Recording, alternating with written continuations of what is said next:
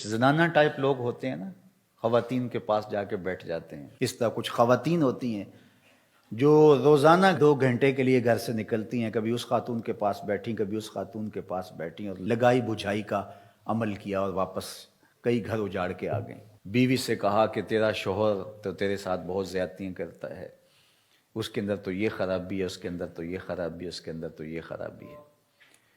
تو اس طرح میاں اور بیوی کے درمیان نزاع کھڑا ہو گیا.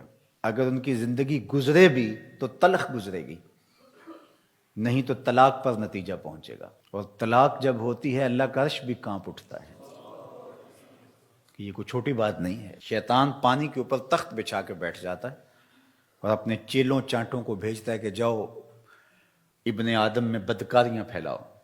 کوئی کہتا ہے میں چوری کروا کے آیا ہوں، کہتا واہ واہ بڑا اچھا کام کیا تم نے. کوئی کہتا ہے میں ڈاکہ زنی کی ترغیب دی فلاں شخص کو اور اس نے ڈاکہ کیا، وہ رہزنی کے کام پہ لگ گیا، کہتا تم نے بہت اچھا کام کیا.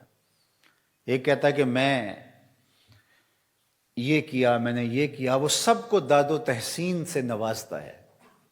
لیکن ایک شخص آتا ہے کہتا ہے کہ میں میاں بیوی کے درمیان اختلاف کھڑے کیے اور آج طلاق واقع ہو گئی. تو شیطان اٹھ کے کھڑا ہو جاتا ہے اور باہوں میں سمیٹ لیتا ہے، کہتا ہے کام تو نے کیا ہے. تو میرے اور آپ کے آقا و مولا حضور ختمی المرتبت صلی اللہ علیہ وآلہ وسلم نے ارشاد فرمایا لیس منا من خبب امرأة علی زوجها ولیس منا من خبب عبدا علی سیدہ. جس نے بیوی کو شوہر کے خلاف ابھارا یا غلام کو آقا کے خلاف کیا، فرمایا ہمارے ساتھ اس کا کوئی تعلق نہیں ہے.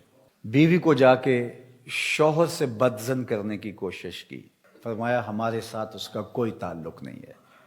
میرا دین چغل خوری کا دین نہیں ہے، میرا دین محبت پھیلانے کا دین ہے.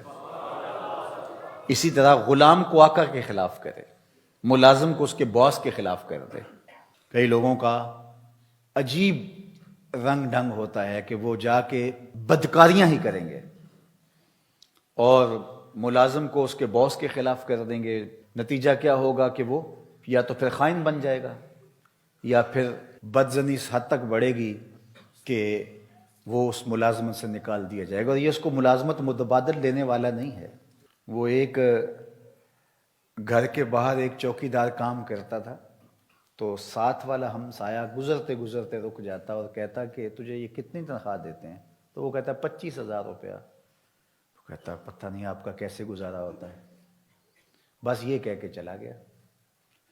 اور یہ جہاں سے تنخواہ لیتا ہے اس کو دشمن سمجھنے لگا اور سامنے والے کو اپنا ہمدرد سمجھنے لگا اور زندگی میں تلخی بھرنا شروع ہو گئی. اب اس نے جملہ صرف اتنا ہی کہا وہ بڑی مشکل، پھر آپ کا تو کیسے گزارا ہوتا ہوگا؟ یہ تو ماشاءاللہ ان کے تو پاس بڑی جائیداد ہے، بڑے پیسے ہیں، یہ آپ کو اتنی تنخواہ دیتے ہیں؟ تو مجھے آپ دے دیجئے، آپ اس کو رکھ لیجئے، 50,000 روپے آپ لے لیجئے. لیکن وہ اپنے چوکیدار کو 20,000 دے رہا ہے. اس کو جا کے پوچھو تو وہ 20,000 روپیہ دے رہا ہے، لیکن اس کے کان میں گزرتے گزرتے کہہ دیا. تو آج اس معاشرت کے اندر تشدد، افتراق، ایک دوسرے کے خلاف نفرت پھیلانا یہ ایک مشغلہ بن گیا ہوا ہے. خاندانوں کے اندر ایسے لوگ ہوتے ہیں، کچھ مرد ہوتے ہیں، کچھ خواتین ہوتی ہیں، جن کا کام ہی تفریق کی بدکاری کرنا ہے.